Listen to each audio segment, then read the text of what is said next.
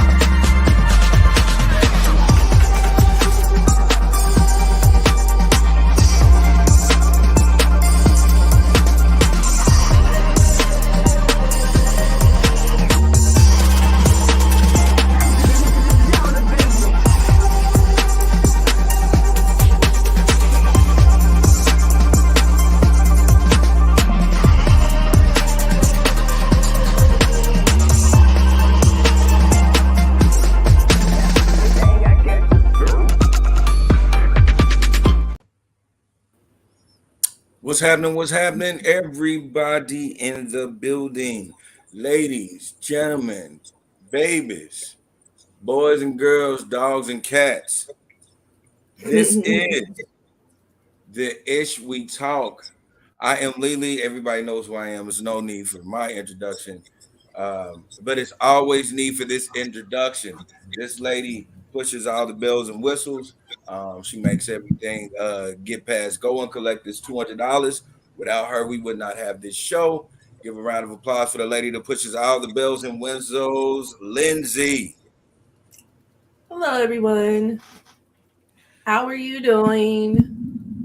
Oh yeah, oh yeah, oh yeah. Check this out. You can check us on Apple Podcasts, Amazon Podcasts, Spotify, Stitcher, YouTube, Facebook, Instagram, Twitter, and now Twitch. And if you're on Apple Podcasts, please give us a 5-star review so we can continue to give you the ish that we talk. Bop, bop, bop, bop, bop. Now all that is out the way. Lindsay, how's your health? How's your wealth? How the fuck are you doing? I'm well. How about yourself? I can't complain. I can't complain. And my gospel song was I Right. can't Right. complain. All my good days outweigh my bad days. Right. Oh, shit. So you good? I'm good. Hopefully the audience is good. If y'all not, let us know. We ain't no therapists, but we love to talk. But let's get to these topics. Yeah. Lindsay, where do you want to go first? We have much to talk about. Yeah. We have quite a few things. First things first. Let's go ahead and send our condolences to the family of JackyOh. JackyOh is she's a internet personality, and she also was a former Wildin' Out girl, longtime girlfriend and mother to his children, the comedian DC Young Fly. Unfortunately, she passed away this week, and she was 33 years old, and they had three small children. So we want to send our condolences to her family. You know, keep them lifted in prayer because that's going to be a rough, Man. rough situation that's ahead of them. So definitely want to send that out to them. Do you have any thoughts about that? Now it threw me for a loop. I seen it on Twitter and I was like, "What?" And they was talking about plastic surgery. Um, she went to go get a mommy makeover, I guess. Hmm. And I guess it was complications with that, and she ended up passing. And I was like, "Damn, that shit crazy." It took me back to when Kanye's mama went to get plastic surgery. Yeah, Something simple like that. It just, you don't think, things can happen that tragic where, what I'm saying, somebody can die, like, what I'm saying, on the table. And like that happens. And it's very unfortunate. Like you said, prayers out to the family, prayers out to the children.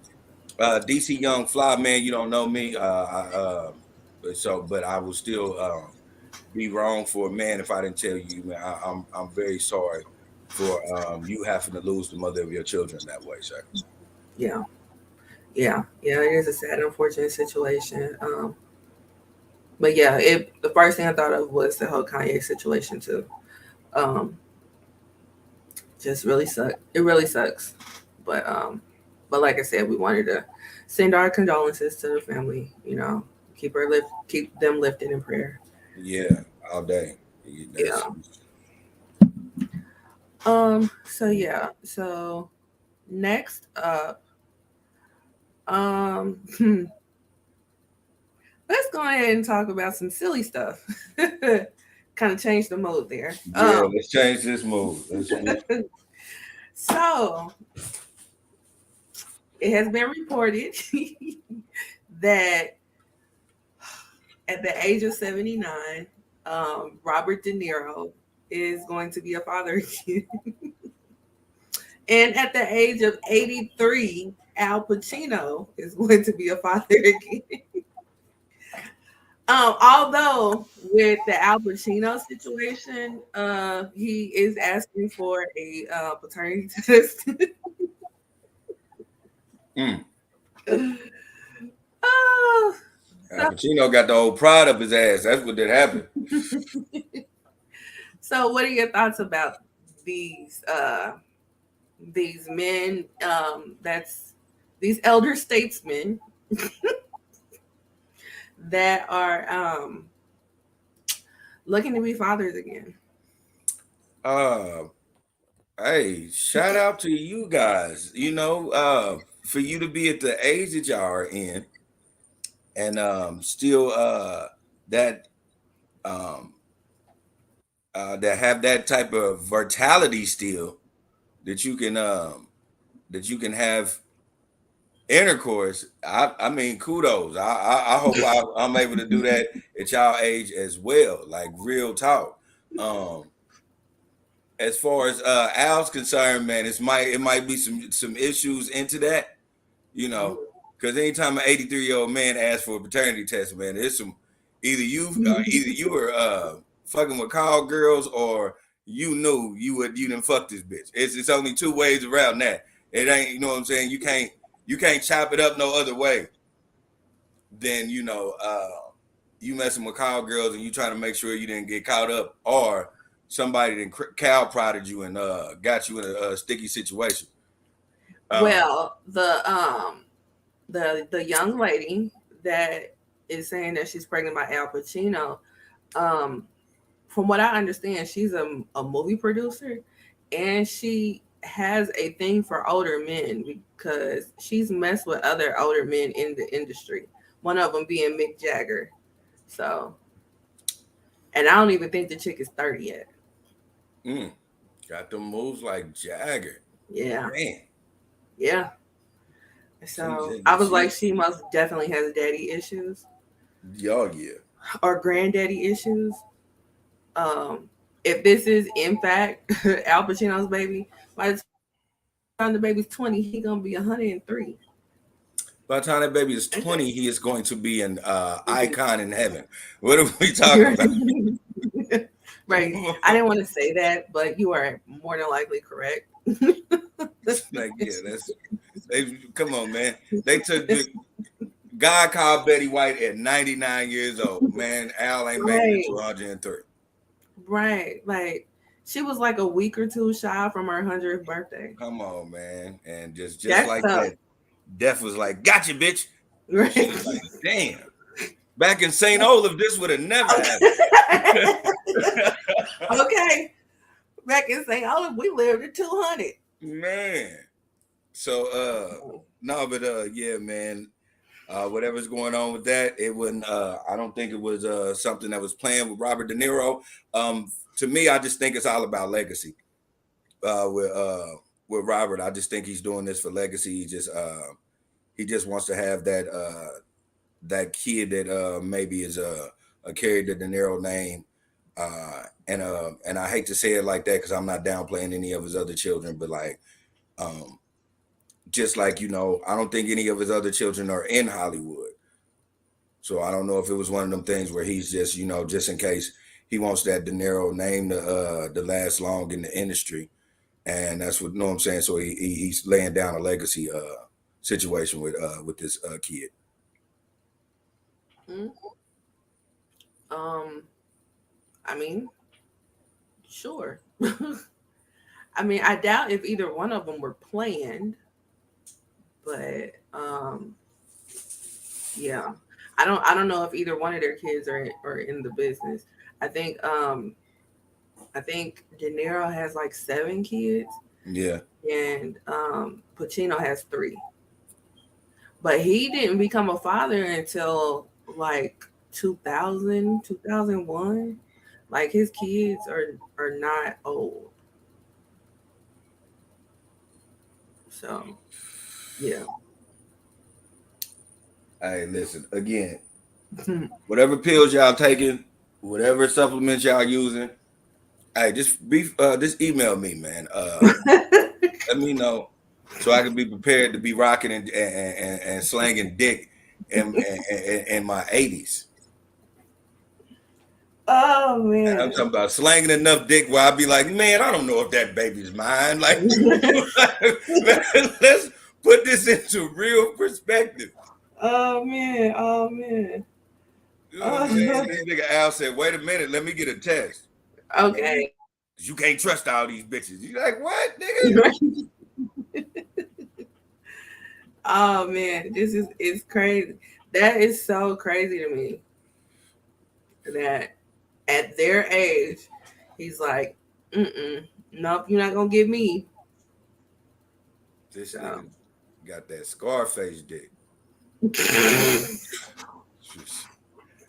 Nigga, this motherfucker is shit. Okay, I reloaded. His dick. That's what his dick do. nigga dick just wake up ready to bust shit open. Oh my god.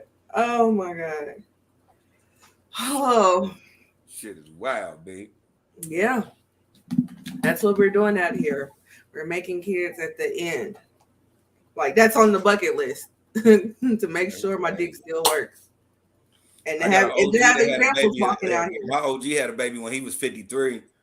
And I was like, why would you do that? And he was like, man, I just wanted a son. You know what I'm saying? And I was like, okay, whatever. And I thought that was a lot. And now shit, Pacino. Yeah. I mean, Robert 79.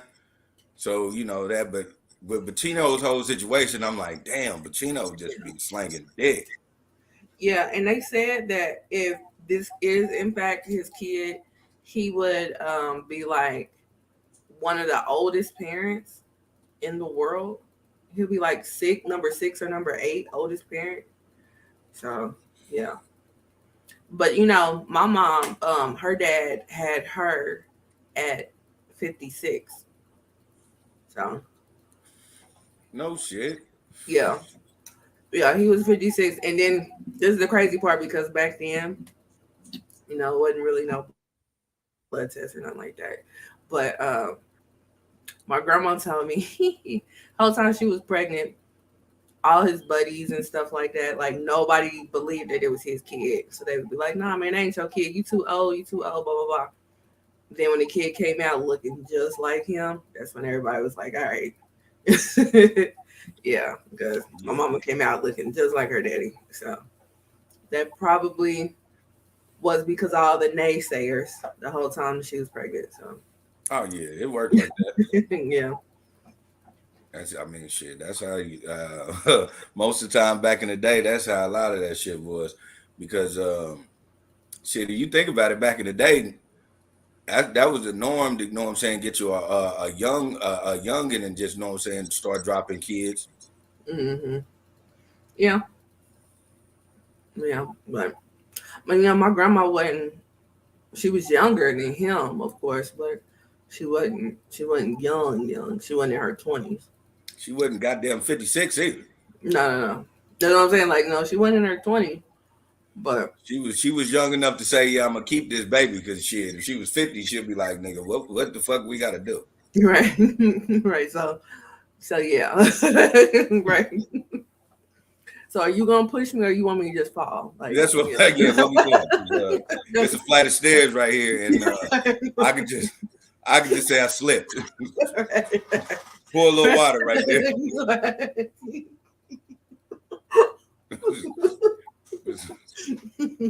Just a little bit now. Don't make me fall for real, goddamn. Right, just know. I ain't trying to break nothing. Right? We're horrible. Oh God. Hey, I'm just saying, for real. Hey, you know, back in the day, they'd get rid of the baby by any means. Right. But yeah. So yeah, but shout out to them. Hey, you know, man, you can't do nothing but salute that. Your shit works. I mean, that's the whole thing with me. That's the whole thing that I'm cheering. It's like, that gives me hope. Sprinkled old white man could, you know what I'm saying, still be able to bust out babies like that. You know, I feel like I should still be able to slang dick. You know what I'm saying? I don't want to drop babies, but I should be still able to slang dick at that age. Y'all giving me a new hope. Right. Keep the hope alive. Man, anything is That is possible. funny. Right. That is funny. All right. So that's that. We got a whole bunch of silly shit today. Let's go ahead and talk about Vanderpump Rules. Did you see the Yes. part 2 reunion? Yep. Okay. So what are your thoughts about the part 2 reunion? Part 2 of the reunion. I feel like they dragging it on, which is getting me. That's I'm like, see, this is why I don't watch shows like this. Like, quit dragging this shit on. Let's just check out this Raquel bitch and see what she got to say. Yeah. That's what I'm waiting on. And I was mad that she came out at the very end. Because that's what I'm waiting on. Like the whole episode was just like blah. Kind of like a filler. Yeah. And it's like y'all could have for real did this in 2 parts. Because I get y'all filmed the whole season. And I get it's a reunion. We do want to touch on stuff that happened in the whole season. However, the majority of us are not here for the whole season. Majority of us probably didn't even watch the whole season. We are here for the mess. You know what I'm saying? So just get to the mess. You know. So I think next week is gonna be more entertaining. Because they better let her have it like they let Sandoval have it. You know. But I will say this, like what's going on in real time, more than likely, because her parents got involved. So more than likely she might not come back next season. Because this is taking a toll on her. She's like in a rehab facility, or she was. I don't know if she's still there, but she did go to like some type of rehab facility. Rehab for reality shows. I don't know if it's necessarily for the reality show, but it's for the whole situation. Like maybe like a wellness camp or something like that, like to try to get your mind right, because you know she's been attacked, and on top of that, she got a whole lot of death threats. So I heard that her family is trying to get the FBI involved. On the other hand, Ariana has been cashing out. She been getting endorsements on top of endorsements, and on top of that, her and the other girl that's on the show, Katie, they're trying to open a sandwich shop and have merch that went along with it, and they've been cashing out with the merch. And she's been like doing the rounds. She actually was on The View. She was on The View like a month or so ago talking about this situation. So like this has been a really big deal. And they said that she's probably made like over $1 million just off of cashing out, you know. Another thing is that I found out that the way that she found out, and the way that she found out was some bullshit. So, you know, Sandoval has like this cover band, right? Mm-hmm. And the cover band, like, I guess he had his phone in his pocket while he was performing. So she was at the show, so somebody picked up the phone and handed it to her, you know, to hold on to. Something told her go through the phone. She went through the phone, found a screen recording of a FaceTime conversation that Raquel and Sandoval had. This was the same night that Raquel and another girl, Sheena, the one that she got the restraining order against, those two were on Bravo's nightly show, Watch What Happened Live. So after she confronted Sandoval about it, she called Raquel and confronted her over the phone. So Raquel, like Ariana was like, what's going on or whatever. So Raquel just nonchalantly told her, well, I've been having an affair with Sandoval and Ariana just found out. Like, just like, yeah. So Sheena got mad at her, pissed off, and whatever she did to Raquel is why she got the restraining order. So Raquel's saying that she got punched. Sheena said otherwise. But whatever she did to her is why she got the restraining order. So yeah, so that's how she found out. Ain't that crazy? Yes, she did. She fucking called me and told me you punched her in the fucking face. Shit is crazy. This shit. It's so crazy. And then on top of it, this the killer part about it, because they had been done filming season 10 for some months. She finds out, let's say March 2nd or March 1st, she finds out. March 2nd, she called the producers. March 3rd, the cameras were back up and rolling.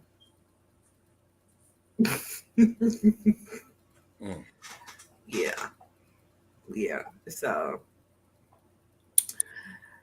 whoever made that call made the best call ever. So, but yeah. Well, Lex Luthor. I mean, Sandoval.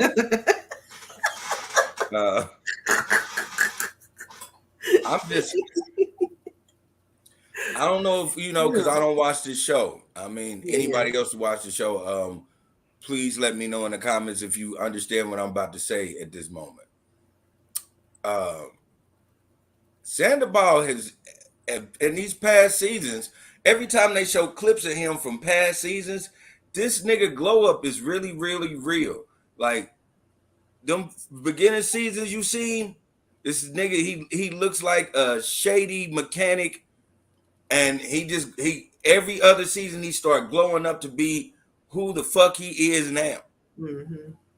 Like, so his glow up is real. So I mean, it's one of those things where I hate to say it, but when you in a den full of snakes and you're the snake with the shiny hat, yeah, you're gonna start fucking everybody. Yeah. And, you know, even somebody on TV that's halfway decent looking, like, yeah, they're gonna get a lot of play. Yeah. He should have just stayed. He should have just been single, I should say. Yep. He should have just been single. You know, like this whole midlife crisis thing that he's trying to give a story about. Like, no, that's not what's going on. Because you've been doing this shit. You know what I mean? Like, you've been doing this shit the whole time you've been on the show. You know, so should just be single. Yeah, dudes like Sandoval, it's no such thing as a midlife crisis. He is like one of every million white men that actually get better looking as they get older. Mm-hmm. That nigga's not having no midlife crisis. Yeah. That nigga just wants his cake and eat it too. That's just what it is. Yeah. Yeah, I agree. Yeah, but it was just like the timeline and what's going on in real time. I was just like, ooh, I don't see them coming out of this no time soon. Like in their personal life, because like of course we're gonna move on, especially after the third part of the reunion is aired. You know, we're gonna move on, but yeah, it's gonna take a minute. It's gonna take a minute for them to move on. I just think, man, in the third one, they probably gonna say how much, him and Raquel is actually really fucking with each other on that level. Because it just seems for them to keep this up this long, man. It's like they revealing like, oh yeah, we secretly went to Switzerland and got married type shit, and it don't make any sense why they dragging this like it is. Yeah. And then they're saying that it's supposed to be this big reveal, like the last 5 minutes of the part 3. So everybody's like trying to speculate what it is. And then the girl, Raquel, she really honestly believed that Sandoval was going to finally come clean, tell her, and then be with Raquel. And I was like, it's not normally how that works, but keep hope alive. Yeah, she's probably pregnant. Some people have said that. I don't know. A lot of people have been coming down on Lisa Vanderpump saying that she knew, even though she's coming out saying like I found out right before everybody else did. So Um, Vanderpump ain't never been a liar, so I don't think that she would lie about something like this. Hey man, they shouldn't be talking this. Man, leave that grandmama alone, man. Hell no. Leave that grandma alone, man. That grandma is the only one in that motherfucker who was actually doing what she's supposed to, and that's just getting to the bag. Yeah. At the end of the day, yeah. Yeah. So, yeah, we will definitely be talking about the ending, and then probably be done talking about it. Yeah, listen, let's send the ball riding to the sunset. It's gonna be crazy if Raquel does have his baby, because you know, because it's just gonna be one of them things where it's just she's gonna find out this nigga is just a true piece of shit. You should have just just got dick a couple times and then moved the fuck on. Yeah, yeah. Dragging it out never works out.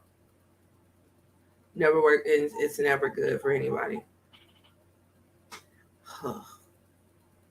Yeah.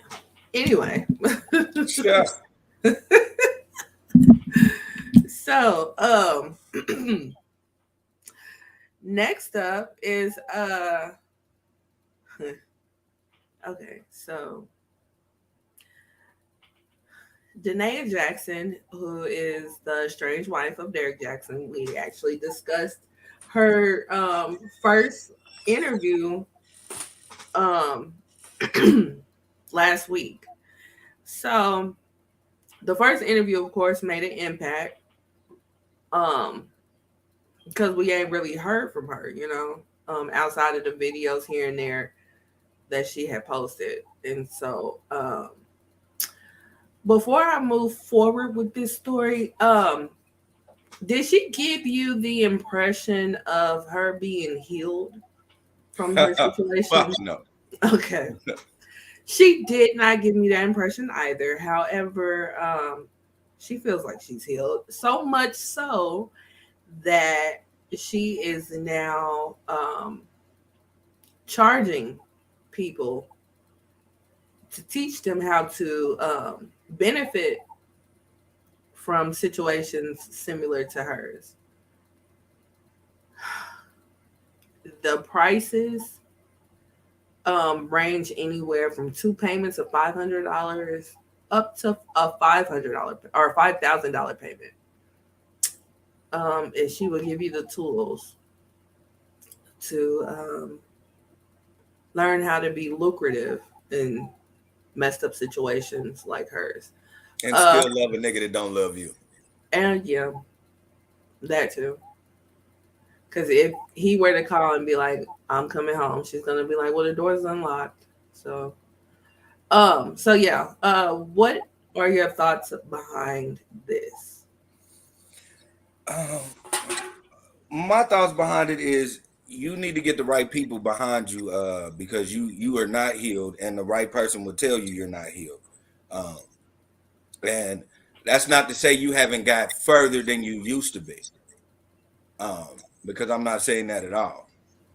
I'm saying you are not in the right place to feel like you can help someone else in your situation. I feel like what you're doing is you're probably giving them the greatest advice in the world, but you're steadily getting triggered every time they bring some shit up.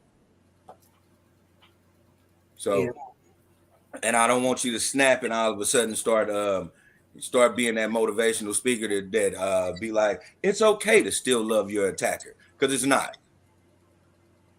Yeah. Because it's not. But and that's not to downplay any Christians in the world or any church going folks. But sometimes you Bible thumpers do not know what the fuck y'all be talking about. And I think a lot of this is from the people in our church that's giving her praise and giving her this false confidence to think that she's all the way healed, but she's not all the way healed. You can just tell by the way she talks about it. Now, I'm not saying she's supposed to disrespect him, but you're not supposed to still sit him on a high pedestal after what he has done to you. And she still manages to do that. Mm-hmm. And so Yeah. I just I don't feel like she's gonna like lead a lot of people the wrong way. I just feel like a lot of people are gonna think they paid too much money to hear some shit that they could have just gave they drunk uncle a beer and would have told him the same fucking shit. Yeah. Yeah. Um, I absolutely agree with you. She is far from being healed and nowhere in the position to be trying to charge anybody to walk down the same path she did to healing because you're not done. You're not even in the position to see the light at the end of the tunnel yet. Like I'm gonna need you to 1,000% be healed. First off, is the divorce final? Like, let's start there. Like, I don't even think so. right? Like, I don't, I don't even know if anybody's filed. To be honest, The crazy part is you still stand on telling people that their kids are gonna burn in hell for talking about your piece of shit ass husband. You stood on that in that interview. mm, So that lets me know you ain't healed. yeah, Because you went on a Christian show and you should have apologized for that. yeah, But you stood weaponizing on it. religion, yeah, weaponizing religion, for the benefit of your foolishness that you got going on, that you've been having. You know what I'm saying? Like that interview where she was talking about like the basis, because I feel like the way that it sounded to me was that low key he married her because she had his kid. Yeah. You know what I'm saying? Like he wouldn't have ended up with her, had she not gotten pregnant. Because she was just part of the team. She just the one that got pregnant. And she You know. admitted to being just a part of the team. Yeah, right, exactly. Like I don't think that that would have ever been a situation he would have been like, all right, I'm gonna marry her, had she not had his kid. So yeah, the whole situation from the get go was some foolishness. It never was on solid ground, and now you're trying to teach people your ways. You're not that far removed from the situation. Like, no. I honestly just want to meet the people who actually think are contemplating giving them their money. Like if they haven't already, you know what I mean? You're Who not is never gonna actually meet looking those at people because those people call people like you and me worldly. They don't point, talk to worldly people. point, point. But like I would at least like to see the people that's defending this online being like, yeah, I don't see nothing wrong with it. I don't have the money, but I want to do it. Like I want to meet those people. I want to at least get the link to your Instagram page so I can see what you doing on Instagram. Like I need to get inside and see people's psyche that think that was appropriate. Like there's no way I could ever think about giving somebody my money like that for some foolishness like that. That's you got a little bit more tenacity than the rest of these because she's gonna get a bag and it's gonna be by a bunch of holy rollers. I hate to say it like that, but it's gonna be with a bunch of holy rollers who have oh, I'm just only saying this is just my opinion because that's not true or not. But I think she's gonna get paid by a bunch of holy rollers, um, who have let a man or a woman dog them out, and they're still dealing with that man or woman. Yeah. Yeah, it just I don't care, man. I don't care if you drag me up and down the street. I'm not paying nobody no $5,000 to get healing, especially when you ain't been healed. Like, did you go through your own boot camp? Like, She cause gonna tell people a bunch of shit. She gonna mention a bunch of Bible verses, and then if they call and say, you know what I'm saying, bust that pussy wide open in the name of Jesus, she gonna do it. yeah, yeah. I don't know. It ain't for me. Yeah, it's a no for me, dog. That's a no for me, dog. Shout out to Randy. Okay. Shout out to him. Um, so yeah. That's the update on her. He made an Yeah. evil So genius out of this woman. that's what you call it. She doing she's doing a Christian version of Jocelyn Hernandez. She instead of strip club, she said, "I ain't going back to the Colorado, bro. I ain't going back to Colorado, bro." Right. Right. Right. She's like, I'm staying right here in my mansion, in my mini mansion, Mm-hmm. But yeah, I'm cool. I'm cool.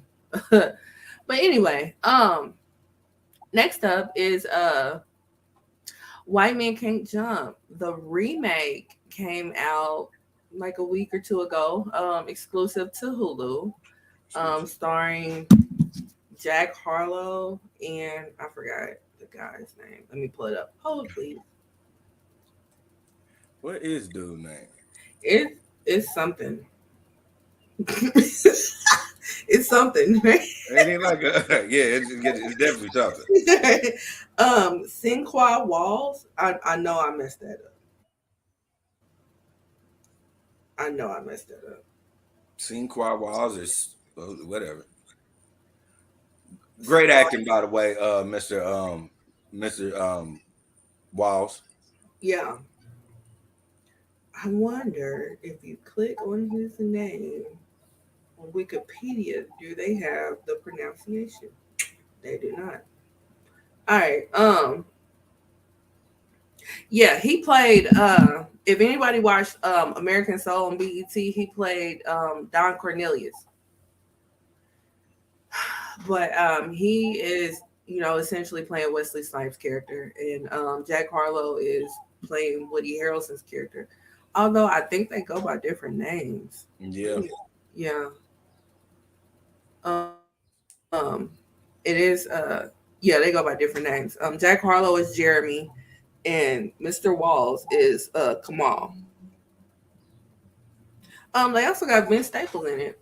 He did a pretty good job. I like his acting capabilities. Yeah, Vince is actually pretty dope at just being him, and that Hmm. really works. Yes, yes, you're absolutely correct. Um, but yeah, other people, of course, are in it too. Tiana Taylor's in it. Uh, Lance Reddick is in it. Andrew Schultz is in it. Uh, Shout out to Andrew Schultz. and then J. Alphonse Nicholson. Anybody knows him? He's Little Murder from P Valley. He's in it as well.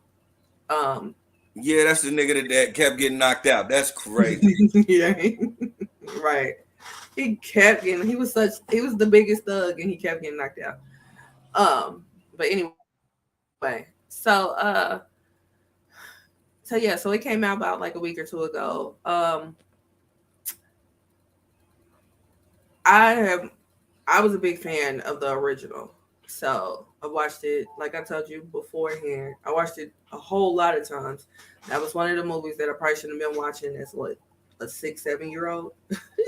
Right. But yeah, but I did. And it was really good.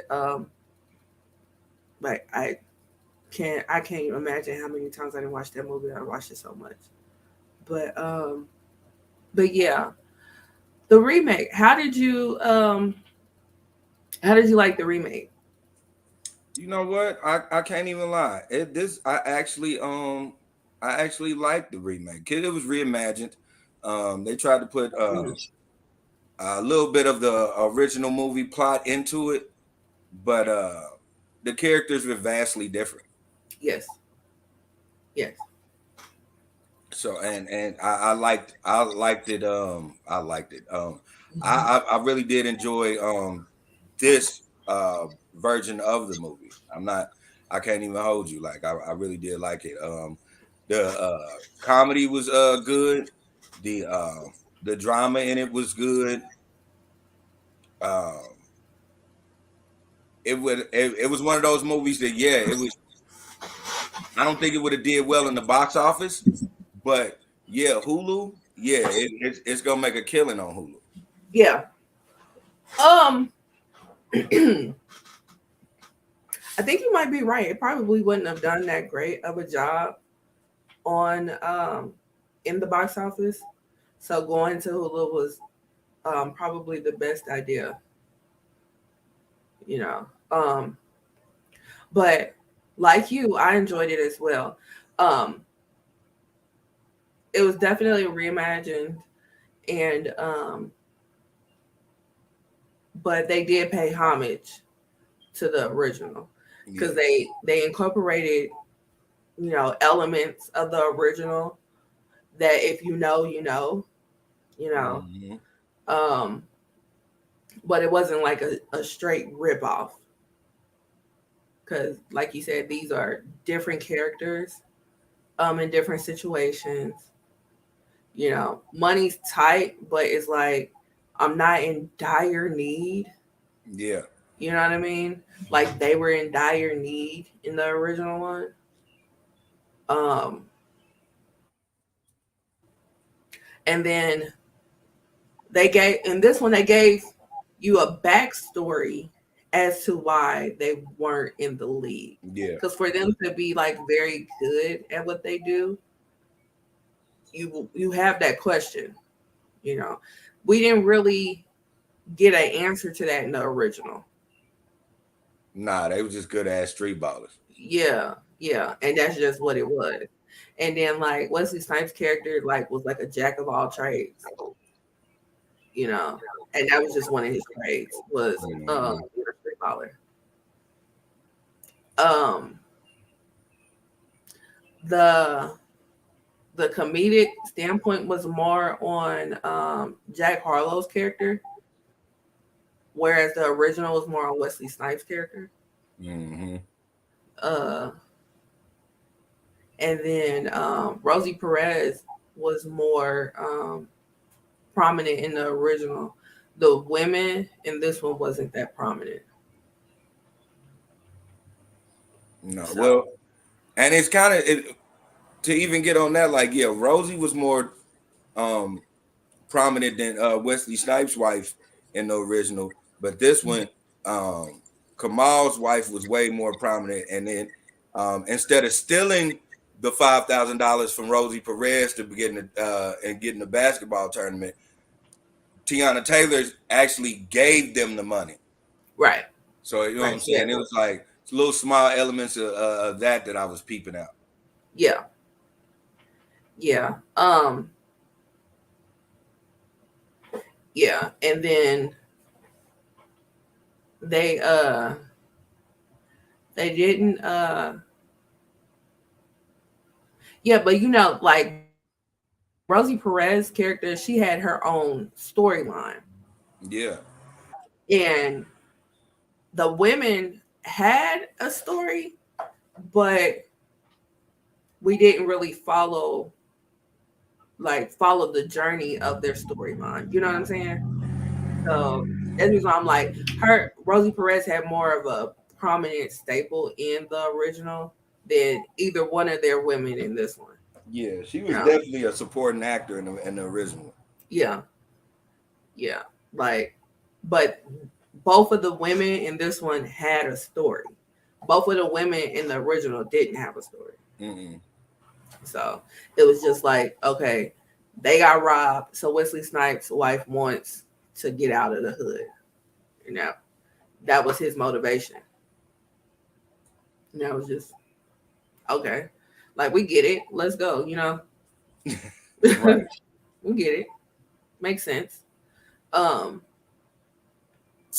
but yeah, like certain scenes that stood out that showed you like the scenery of LA. They use like the same areas in some of the scenes. Like, um, remember that scene where the dude was like, I'm gonna go to my car, get my other gun, come back, shoot all y'all. All y'all. They use that same basketball court. Um, the one scene where Woody Harrelson's character was like walking over to the court by itself because Wesley Snipes was already there hustling, and that was their hustle for him to come just randomly to the court. But he was walking over like a walkway, and the walkway was like fenced in and stuff like that. Yeah. Yeah. So they did that with both of them in this one. So that stood out. That's what I'm saying. Like it was like little elements that if you know, you know. You know, like if you seen White Men Can't Jump once or twice, you ain't gonna really keep it, you know. But one theme that they didn't even really touch on, I mean they did, but they didn't, was the whole basis of the name of the movie, White Men Can't Jump. Right. You know, they didn't even really I mean, they talked about it when they tried to go to that one gym. And Jack Harlow was basically like, in this day and age, people ain't really tripping about white people not playing basketball. Like, y'all know we can't play. So, but I don't think it was necessarily that they knew they could play or not. It was the whole dunking. Yeah. And they didn't even touch on that. Well, it's funny that you said that because I was thinking that too. But then in the tournament, they did play the iconic part of when Woody Harrelson dunked the ball. They had Jack Harlow dunk the ball, and with them, the difference was with Wesley, it was an alley oop that he threw to Woody, and this one it was just a drop step pass. And he went in there and he went up vertical, two-hand dunked it. Same dunk that Woody did, and the whole crowd went crazy. And I liked how his homeboy was like, y'all act like white niggas can't jump. Right. I like that because I was like, yeah, see, that's how you blend that in. Yeah, like the crowd went hype for nothing because that was a mediocre dunk at best. Right. Yeah, that's what I'm saying. Like they was touching it, but they wasn't. Yeah. You know, so but overall I liked it. Everybody's performance was good. I was pleasantly surprised on how good Jack Harlow, like I heard about him being good with playing basketball, but I didn't know anything about him in acting, and he was really good with the acting. If I can forget that you're an entertainer while I'm watching the film, you're good to me. You know what I mean? So what did you think of everyone's performance? I thought everybody's performance was good. I'm like you. I was utterly surprised about Jack Harlow's performance. And then as much as surprised I was like, I should have known. Like, I should have known this dude, you know what I'm saying, could act like this because of his interviews. Like, a lot of his interviews, he comes off with this like idiot savant type of swag. Mm-hmm. So I should have known he could, know what I'm saying, he could do the same thing in a role. Yeah. That's how with that always being calm with the trash talk, that shit was mwah. I was like, damn, it doesn't make any sense for anybody to be that calm and be that ill with trash talking. Yeah. He definitely did a good job. When he did do, I was watching it the other night when he turned around and was like, and the dude was like, "What you say?" He was like, "I just assumed that because you you had like super hearing or something like right." I just your ears so motherfucking big. Right. I just assumed, and I was right because you heard that shit. That part was so funny because I was really looking at the ears like, damn. I wonder if those real or prosthetic because them things is huge. And one thing I will say is with the comedy in there, it was really realistic of trash talk. It wasn't like overboard. It wasn't like somebody having a little 3 minutes on stage. It was really realistic of how motherfuckers do just trash talk out of nowhere. The shit's off a fly. Shout out again to Andy Swartz, whatever his last name is. I always fuck his name up. But his little time on there, he has some Andrew. Yeah, Andrew Schwartz. Schultz. Andrew Schultz. His little small time on the camera, he stole that motherfucker every time. I know what I'm saying. It was like that first scene, when he looked it out, like, and then it takes a real confident person to know I'm not gonna be racist, but I'm gonna tell a completely racist joke and still let it ride in a motherfucking movie. Because for him to look at them three Mexicans and say, "What's up, case of dildos?" I thought that shit was gold. I said, this dude right here, that's a Jew that don't give a fuck. There's some things people say that I write down in my head because I'm like, I've got to use that. But you know what though? Like anybody that has been following Andrew Schultz for years, because you know he goes back years with God Code and everything. I think he had his own show too, and then the Brilliant Idiots, and then his stand up. You know, anybody that knows him know he don't give a damn. He don't. He really want to bring comedy back to what it was. Yeah. Like it ain't, you know what I'm saying? A joke is a joke. If it's funny, it's funny. As long as I don't go overboard with it and be distasteful, I'm gonna do it. Mm-hmm. Yeah. Like he don't give a damn. So yeah. But you're right. Like, soon as I heard his voice, I was like, this motherfucker, because he had such a distinctive voice. I was like, yeah, that's Andrew Schultz all day. Mm-hmm. You know what I'm saying? So yeah. But yeah, you're right. He was probably like in 3 scenes and stole the show. And then he stole every scene he was in. Yeah, and when he put his foot up on that bench, I was cracked up. That's the part. He cocked that shit up like Captain Morgan. Did y'all still selling that shit juice? He turned around and looked and was like, "What's up, case of dildos?"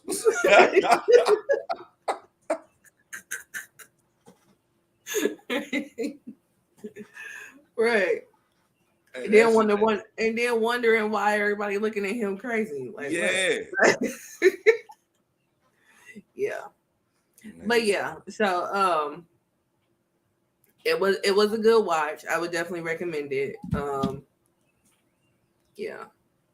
Definitely recommend it.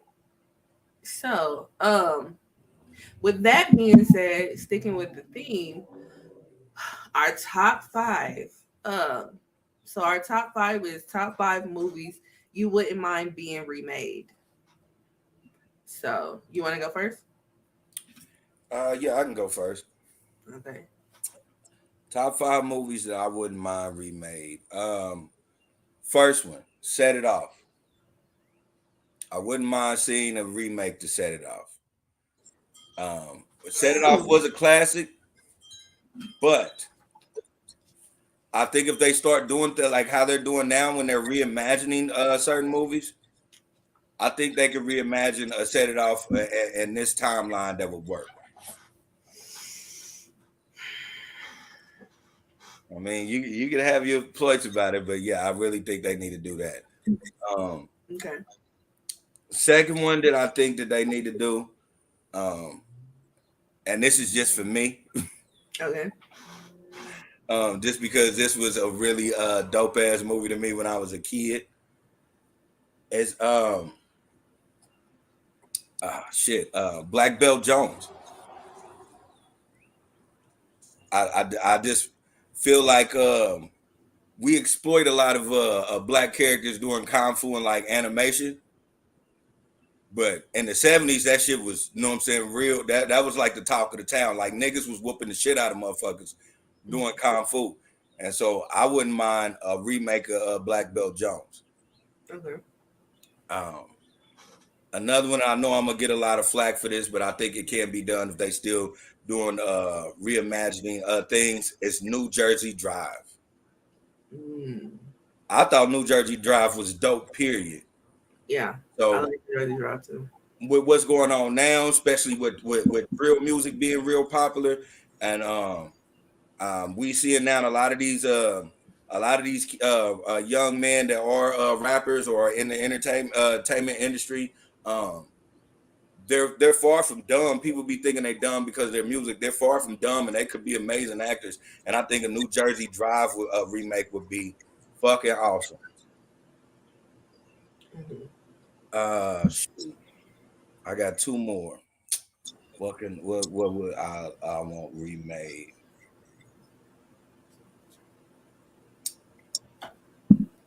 I want to say no. I ain't gonna say I want to say. I know this should be remade. It should be remade because a lot of people didn't even understand, didn't think it was good back in the day, except me. But Penitentiary. I never. You don't remember Penitentiary?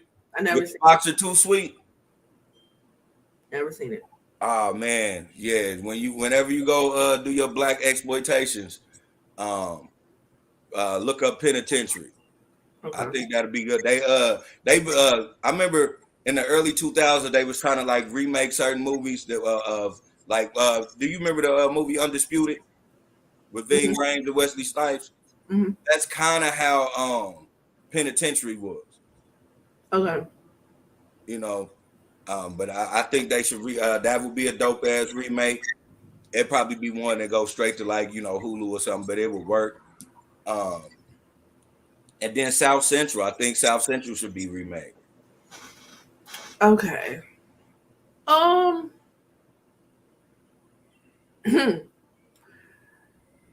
So, you know, I have another podcast where we revisit movies that me and my friend Maria may have missed as a kid. And anybody wants to check it out, it's called Roomies Review the Movies. And we did do an episode on South Central because she missed it. And there's a lot of elements to that movie that I didn't think about that kind of are weird. It was like, so like remaking it with the whole theme of reimagining may work. Yeah. You know, but there were just certain things with that movie that because it comes from a book, I want to say. It was just certain things with that movie that because it's a lot of white people behind that movie. I don't know if you knew that. Like producers, directors, and then I didn't never think it was a black movie in the first place. Yeah. And then like when you watch it in today's time as opposed to when we were kids and loved it, it's like a big ass caricature. You know, like everybody's playing like this big ass caricature of people instead of like real people. So if you can get like the right people behind it to redo the story, you know, reimagine it, but still have like the theme, you probably could get away with that. Yeah, I think that would be dope. Yeah. I just want to see somebody real powerful OG black dude say, "Do you not see a man in front of you, Buddha?" A man. A man. That's a man. I want 5 boxes of smokes.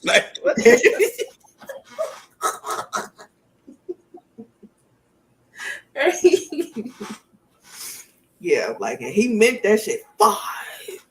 Man. So, yeah, he meant that. If you don't get this motherfucker his smokes. So yeah. So yeah, so those are your five. Those are good ones. Those are good ones. I can't get behind the whole set it off one. Like that one. I love set it off. And I have an honorable mention, but I don't know if that would happen. Well, what's your honorable mention? My honorable mention would be that first Tales from the Crypt movie. Okay. The one where they had like they was carrying around like the blood of Jesus and shit. Demon Knight. I know exactly what you're talking about, but I'm too much of a scaredy cat to see that shit. Yeah. Man, I think that was one of the movies. I mean, that would introduce me to like Billy Jane. I thought the thing was amazing in it. Mm-hmm. Yeah, yeah, I know exactly what you're talking about, and I was like, nope, nope. You want some of this too, old man? No, No.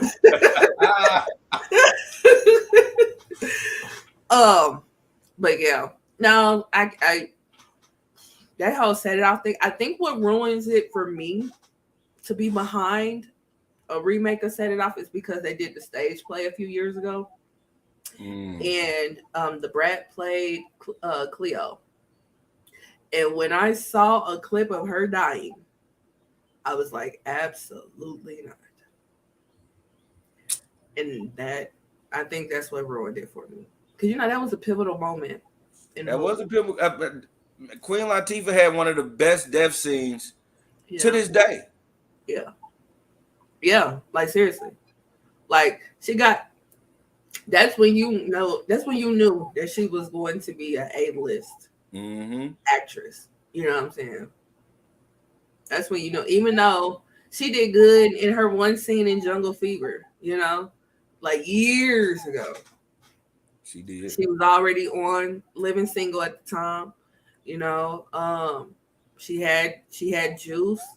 She had the couple of episodes that she did on Fresh Prince where she played two different characters. Yeah. She had all that. However, when she played Cleo and Set It Off, that's when we knew, like, we fucking with a heavyweight right here. Straight up, And everybody, like, man, woman, and child, everybody was affected when Cleo died. And then to this day, people are making TikToks and skits with that song that played when Cleo died. Like, we all know what that song means. Day after day. You know what I'm saying? So to see that and then see the clip of the Brat dying. Anybody want to laugh? Go look up the Brat as Cleo on YouTube when she dies. Because God, it was so horrible. It can't be that terrible. It's bad. Like, it's so bad that I was like, you got to be fucking kidding me. Like, okay, so, okay, for one, it's a play. And she gets shot up. So she's like jumping all around, getting shot up. But the car doors open. But it's not that much room on the stage. So while she's like jumping around, getting all shot up, she's closing the door while she's doing it. And I'm like, what the hell? That's not her fault. It's not room on the stage. Huh? It's no room on the stage. That's not her fault. Oh, we could have figured something else out. Because it was like so freaking obvious. Like, God. It was like, what the hell is this? But yeah. Yeah.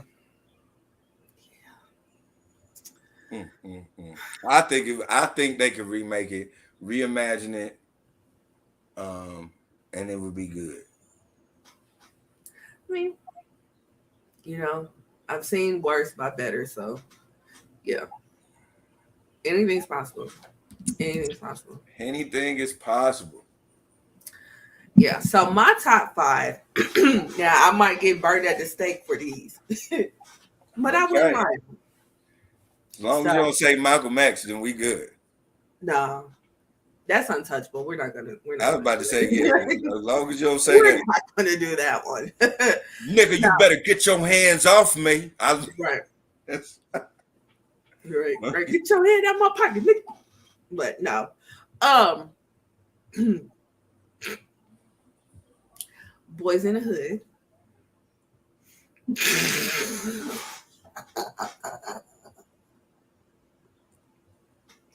I will agree with you only if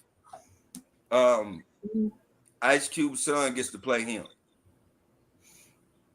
Okay, I'm gonna jiggy with that. But I don't know if Junior is that much of a thug to pull it off. He could he's been in acting school. Last time I Yeah. checked, he's been in acting school. So Okay. Yeah. Um. Okay. Hold on. All right. The other one is. if you say Menace to Society, I'm logging out.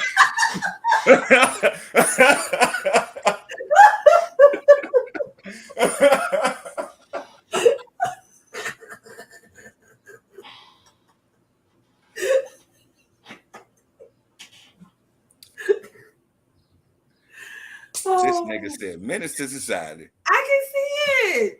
I can see it. But the reimagining has to be with some actors that we don't know. Yeah. Like I don't want them to do it with nobody that we know. Or if they do it with people that we know, like they can't be A-listers. Mm-mm. You know. I only way I could see that happening and actually being good is if not only do they do that, and I know Kane died, but they would have to have a certain actors from the original blended in. Like I could see that they don't have to be the same person. They know what I'm saying, just blend it in because to reimagine Menace to Society, you have to really like almost just like White Man Can't Jump. It'd have to be like the concept of it, but in a whole different, know what I'm saying, dimension. Okay, so going with that, the kid that Kane had, remember, old girl was pregnant. Mm-hmm. We could probably like bring it to current with him and the shit that he was going through because I mean he's growing up fatherless, Yeah. you know. And so and the streets got him. That could be the reimagining right there, Okay. you know. But yeah, I did put that on the list. um Another one is Strictly Business. You remember Strictly Business? Ooh, I Yeah, like that. I like yeah, that. yeah. I think we could definitely bring that current and reimagine that. Um, yeah, with an up and coming beautiful actress like what Halle Berry was at the time. Mm-hmm. You know, I think that would be dope. Um, Carmen Jones. Yeah. Um, Okay. they did try to do that like 20 years ago with Yeah. um with Beyonce Yeah. and Mekhi Phifer. Didn't land. So if they stick closer to Carmen Jones with Dorothy Dandridge and Harry Belafonte, if they stick closer to that instead of trying to do this hip hopper like they did with Beyonce, I think it would be a good remake. And then my last one is any Martin Scorsese movie, but with black people. So instead of Italians, make them black. So like Casino, Goodfellas, I can see those being remade, but with black people. You gonna get a whole bunch of backlash if that happens. But that would be dope as hell. I mean, I know that they're based on true. I know those two in particular are based on true stories. But yeah. So if they did like, say they did like a version of Goodfellas, but with like Bumpy Johnson and Frank Lucas and things of that nature. Mm-hmm. I can see that. Yeah. And they just reimagine the whole thing and make it. But they did that with Hoodlum. So basically, you want them to remake Hoodlum. Well, I'm saying any Martin Scorsese film. So, yeah, I mean, Hoodlum, sure, but we don't have to limit it to those two in particular. Like, it can be any one of them. It could be any one of them. Yeah. Like even while you saying that, now that I'm thinking about it, like you say Martin Scorsese, okay, I agree 100%. If they could remake any of those and put black people in it, that would be phenomenal. Mm-hmm. But I say they remake Heat with the same concept you just said. With Idris Elba and who else? I could see Idris. I could see a lot of people sleep on, but I could see Don Cheadle being a sniper. Ooh. Idris Elba and Don Cheadle, or Idris Elba and Terrence Howard. It got to be somebody on the same level as Idris, but Idris is a shoe-in. Yeah. But you have to think it was what Pacino, Val Kilmer, and who else? DeNiro, yeah, that's what I'm saying. Like it got to be somebody on the same level. So it could be because Val Kilmer wasn't on Al and Robert's pathway, so it could be like Idris. I'll give you Terrence, but then I have to revive Jonathan Major's career and put him in there. Yeah. I think that'd be hella dope. Yeah. Yep. There we go. Somebody need to pay us. Boom. Right. There it is. You heard it here. I would go Don Cheadle over Terrence though. I know Terrence can pull it off. Don't get me wrong. Terrence can pull that shit off. Yeah. But I feel like a Robert De Niro-ish real sniper killer. Don Cheadle would fit that. Yeah. Because he not only does he have the age, he also has the stamina to like whoop a nigga ass on camera. Facts. Yeah. And did you see that video of Terrence Howard? Yeah. Got me rethinking this whole Lucius Lyon. These niggas are enjoying their money too much, man. So anybody that doesn't know what I'm talking about, Terrence Howard put up a video of him like basically being shooketh of a bug on his ceiling. So he ain't the thug that we thought he was. No, hell no. Yeah, that's just, he showed shout out to his acting chops. Just a motherfucking movie, man. Okay. Right. Shout out to his acting chops, because Lucius Lyon was just a figment of his imagination. Like, man. Come on, man. Get this motherfucking bug, man. I don't fuck with these flying bugs, man. Oh God. Yeah. All right. But anyway, but yeah, so that's my top 5. Okay. So next up is the fucked up song of the podcast.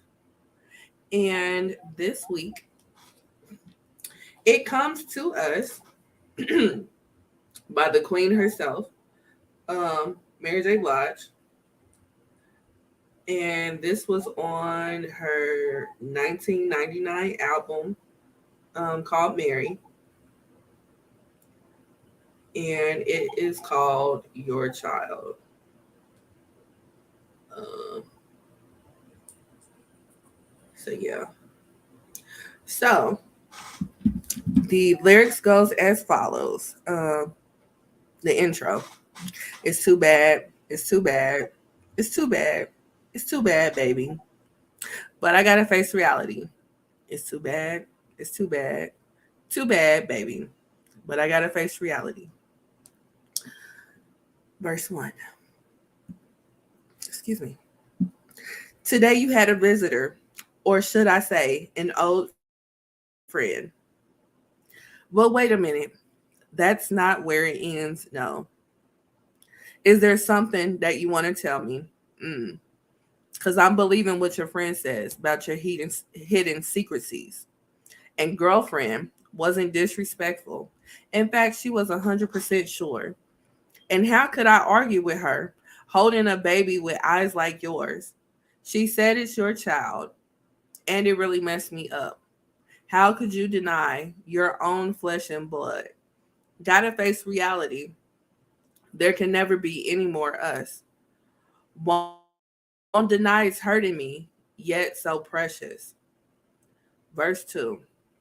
She said she never wanted to hurt me, and could I understand she's afraid and lost.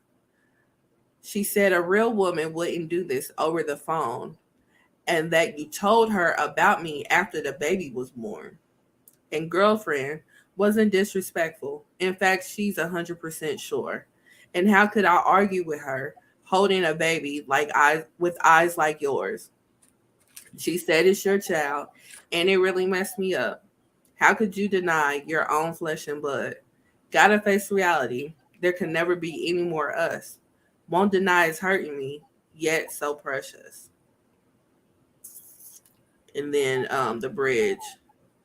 Oh, the baby looks just like you. How could you deny your own flesh and blood, your own child? What kind of man are you? And then the pre-chorus and the chorus. Hmm. Man, JoJo fucked this bitch up, man.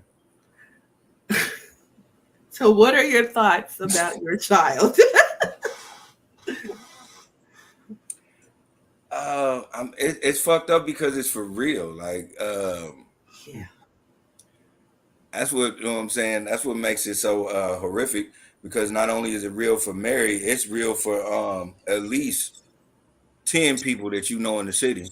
Um, it's a lot of dudes that do that, man. I hate to say it like that, but it's a lot of dudes that'll do that. You know, they'll deny some shit like that, acting like this shit won't never affect them. This ain't the years to do it. It worked, and you know what I'm saying, in our granny's generation, because like my grandma was telling me they had like a whole nother family down the street from where they lived in Arkansas that they just never talked about. Yeah. So, but it don't work nowadays. It didn't work in the '90s. You know what I'm saying? Like motherfuckers wasn't going for that shit. You can't deny little Derrick, and he got to come through, and you have to be you. Holding a baby with eyes like yours. Nigga, you had to be stressing this bitch the fuck out. This baby, I'm telling you the truth. Babies don't come out looking like niggas, looking like they daddies unless they daddies is stressing the mama the fuck out. Listen, I've seen some niggas that did that was just, boy, they was real, had they baby mamas hella comfortable. And them babies came out looking nothing like them niggas. And then was that was their kid, like 100% theirs. Now I know niggas at the same breath that stress their baby mamas out. I know a nigga that stole his baby mama car when she was 9 months pregnant. Like this little nigga's son looked just like him. Like he spit him out. Like real shit. Wow. So yeah, like you knew you was that girl was telling you all the time, like, hey, you ain't even gotta be with me. You just please be in your kid's life. And he was like, bitch, fuck you. Hanging up like, nigga, I told you that baby ain't mine, bitch. I put the Jimmy on extra tight. Click. Yeah. And that motherfucker came out looking just like you, my Right. nigga. Like Dada? I just I mean, I'm with Mary. Like, how could you deny your own flesh and blood? Like, I just don't get that. And then for me, for me, I don't see how you can be labeled as a good father when you're not a father to all your kids. You know what I mean? Like, you're only a good father to the kids in the house. That doesn't make sense. You know what I mean? But there's circumstances into that because I agree with you to a point, and because I know dudes that are good dads, like real life, but the kid outside the house don't really know him as much as the other kids, and that's because of the mother.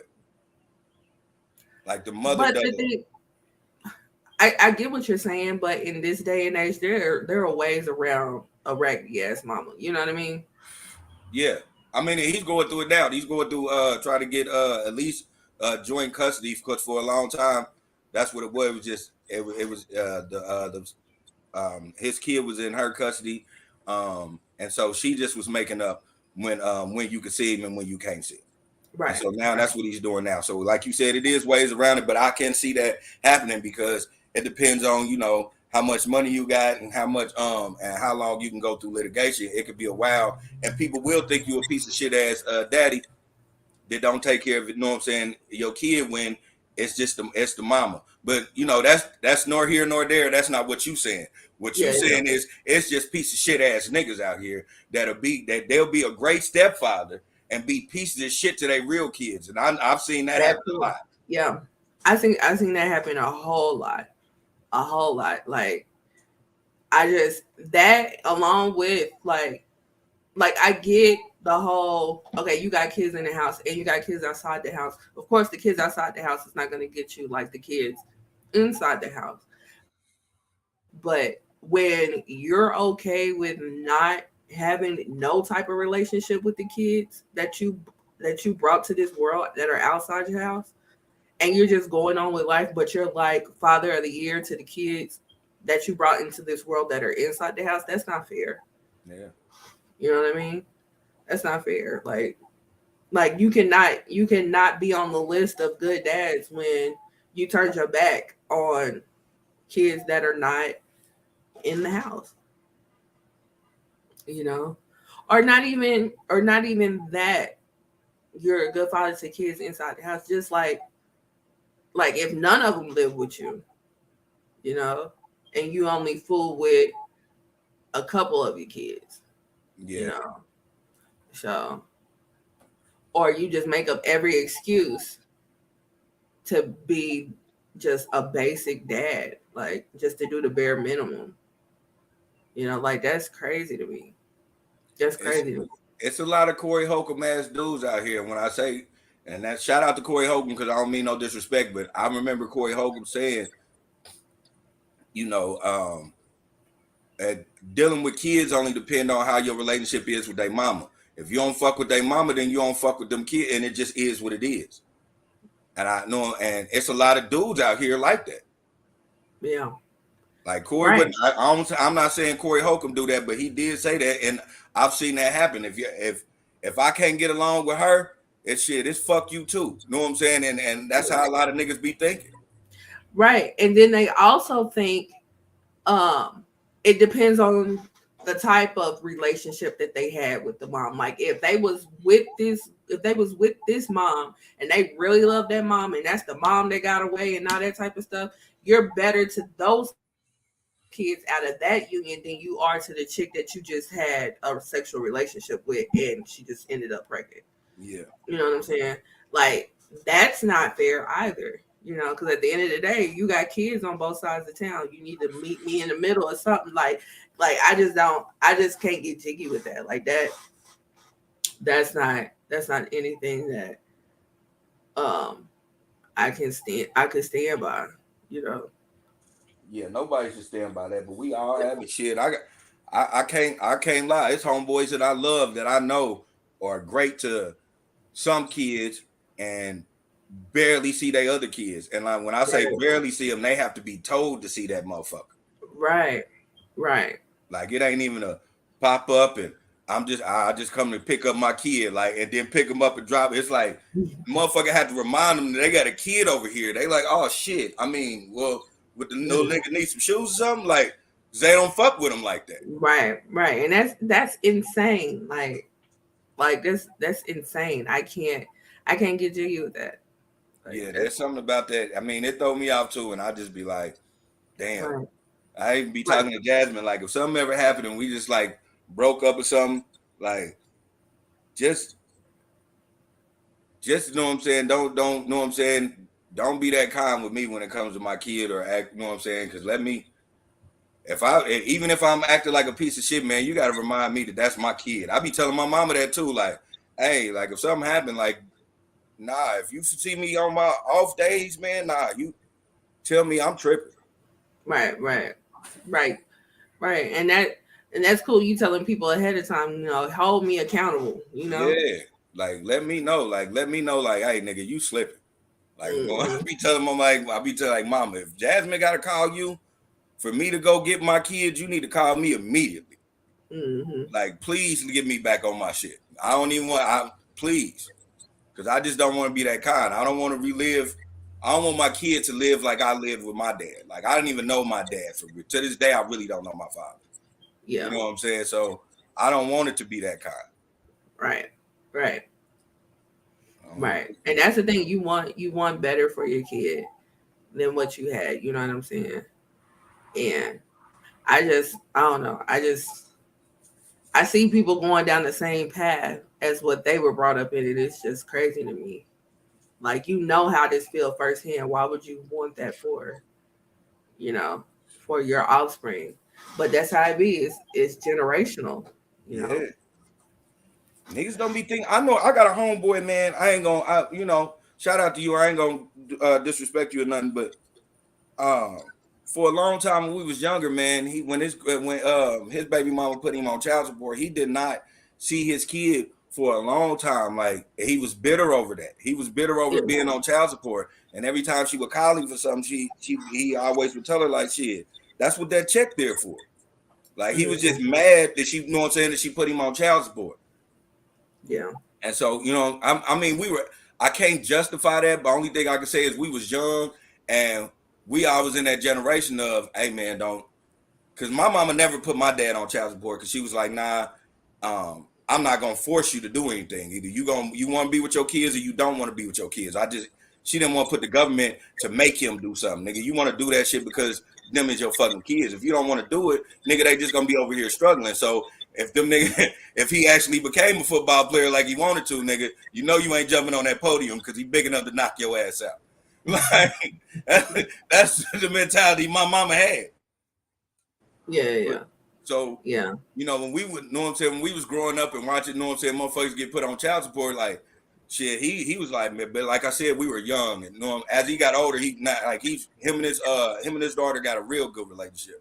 But yeah, when he was like, nah, he was like, that's when he was getting that check. I'll never forget that nigga. He was working for some cleaner job. He was like, man, I gotta work at the cleaners to pay this bitch. I don't put my own clothes in the cleaners. Like, he was mad about that shit. Damn. But he had to get a job because they put him on child support. Right. But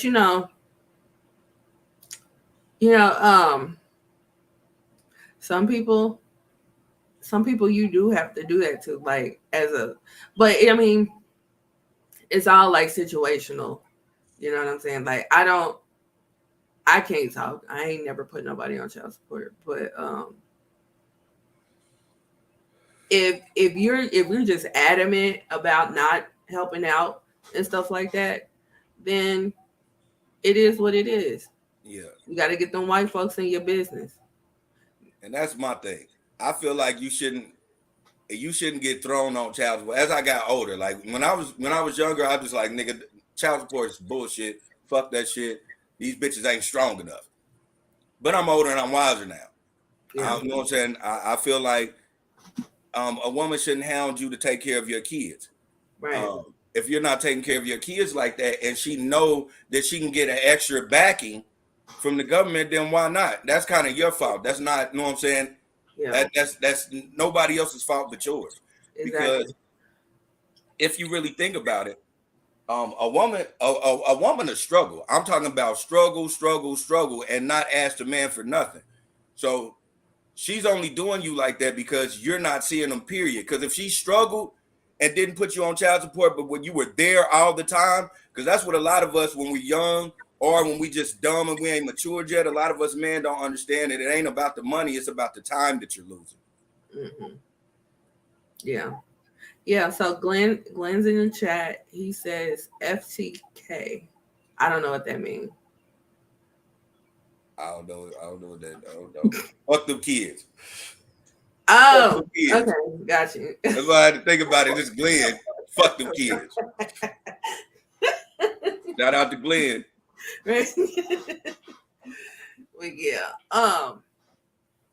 yeah, and my thing is that, and then what kills me, is that people like think that just because you don't put somebody on child support that you're better than the person that chose to put them on child support.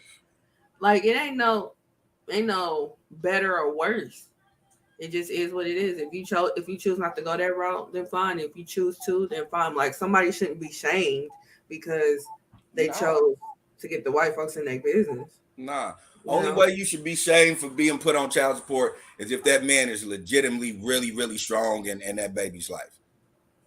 Yeah. Like if he's been helping you out and stuff like that, then I don't see the need to go that route. And sometimes those people that go that route, when they don't really need to, get screwed in the end anyway. Because they end up getting less money, you know. But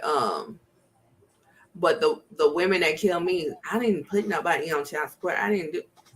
Okay, what you want a cookie for that? Like, why are you saying that to shame the one that did put their baby daddy on child support? Like, right. So that's where the feud comes to when you have multiple baby mamas, because you gonna have that baby mama that ain't gonna put you on child support. Then you're gonna have that baby mama that is gonna put you on child support. And that's where the feuding starts. Mm-hmm. Right. Because then, of course, he's gonna put the one that didn't put him on child support on a higher pedestal. Yep. So, but that just it kills me because I mean we know people that brag about not putting their baby daddy on child support, and it's just like, okay, that's you want a cookie? Like you chose not to go down that route, fine, but don't shame the people that chose to go down that route. It's a personal preference, If you don't want to do it, cool. If you do want to do it, cool. Yeah. I like mean, my mom, it's a personal choice. Yeah, it's a personal choice. Like my mom, she didn't like. Okay, so my parents were married, so in the divorce is when the child support came up. Yeah, but yeah, but being married and then acting like you're married is two totally different things. So, but technically, since they were technically married, it didn't come up until the divorce, and divorce didn't happen until I was 15. So yeah, so she practically had the extreme bare minimum help even after, because like it took years for her to get a check. Even though they were collecting. So it's a weird. Child support is weird. So.